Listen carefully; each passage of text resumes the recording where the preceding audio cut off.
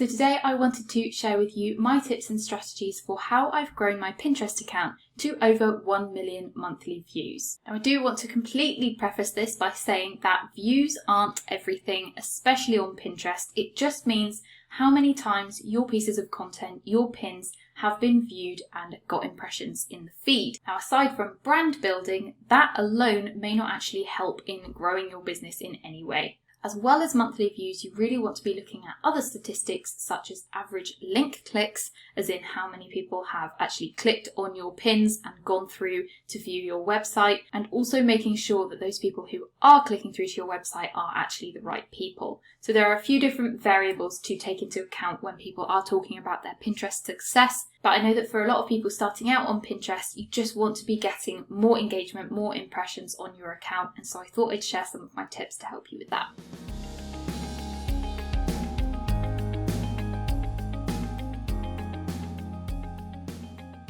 Hi, if you're new here, my name is Anna. I am a designer and online educator from By Rosanna, and I share all sorts of business, marketing, productivity and freelancing tips here on YouTube. So if you like that kind of content, don't forget to hit the subscribe button below. So as I say, views definitely aren't everything on Pinterest, but for the last year now, I have been consistently getting over 1 million monthly views on my Pinterest account. So firstly, it's really important to note that last year, around early 2020, Pinterest made some really big changes to their algorithm and their best practices. So when I started using Pinterest back in 2015, it was really common for people to just repin content over and over, pinning 50 pins a day. The more content was better. It didn't matter if it was new or fresh. It was just really important to keep your account active and repinning your pins over and over again to give them a chance at getting seen. Now back in 2020, Pinterest changed things a bit so that instead of prioritizing quantity,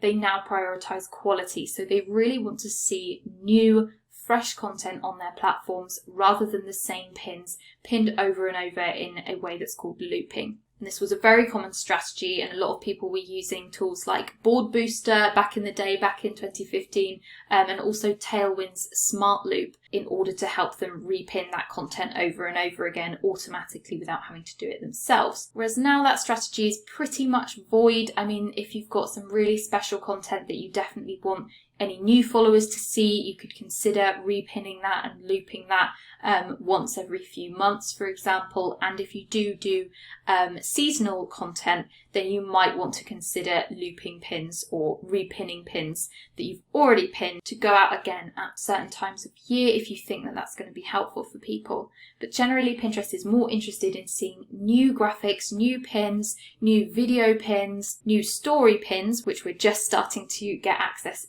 to now in the UK, and generally high quality new content. So based on these updates, I did update my own strategy last year, and I've recently updated my Pinterest online course to reflect these changes as well. So if you're a student in that, you will see that the content is updated to reflect that. And I can definitely see that this has been having a good effect on my account. So my first tip, if you are getting started, is it is still important to be pinning multiple times a day to show that your account is active. Pinterest does take into account a few different things when it thinks about whether to show your pins to certain people and to more people. And one of those things is the quality of your account and the engagement and the activity of your account. And so yes, pinning several times a day is still helpful. You definitely don't need to be pinning 50 times a day, and actually the maximum recommended amount by Pinterest is 50 times a day, and I would say probably don't do more than 25 times a day, to be honest. But still, it's good to show your account is active. And obviously you want to be pinning at times when your audience is actually online so that they can see your pins come up in their feed. But for many of us, it's just not realistic to think that we're going to be sat on Pinterest all throughout the day constantly pinning pins. And so to help you with this, you really need to be scheduling pins. So set aside an hour or two each week to actually schedule your pins in advance. I would definitely suggest batching this. It's much easier than doing this every single day. Now, as I said, Pinterest is really prioritizing fresh content, and so you really need to be creating lots more content than you might have been doing before. Now, this doesn't necessarily mean new products on your website, new blog posts on your website. You can just take one blog post and create multiple pins for that blog post, or one product and create multiple images, videos and pins to share that all link back to that same product page or blog post. Because as I said, it's less of a relevant strategy now to just repin your old pins. So if you pin out a blog post once with this graphic, you used to just repin this over and over with a few weeks in between or a few days in between. Whereas now what you need to be doing is regularly making new pins and new graphics for those same blog posts to have Pinterest see them as new and fresh content. But of course, it does also help to be putting out regular good quality content on your blog and on your website to link to as well. Now, one thing that is really important on Pinterest is treating it like a search engine, and therefore you need to be using SEO or search engine optimization, just as you would for your website in order to help it get found in Google.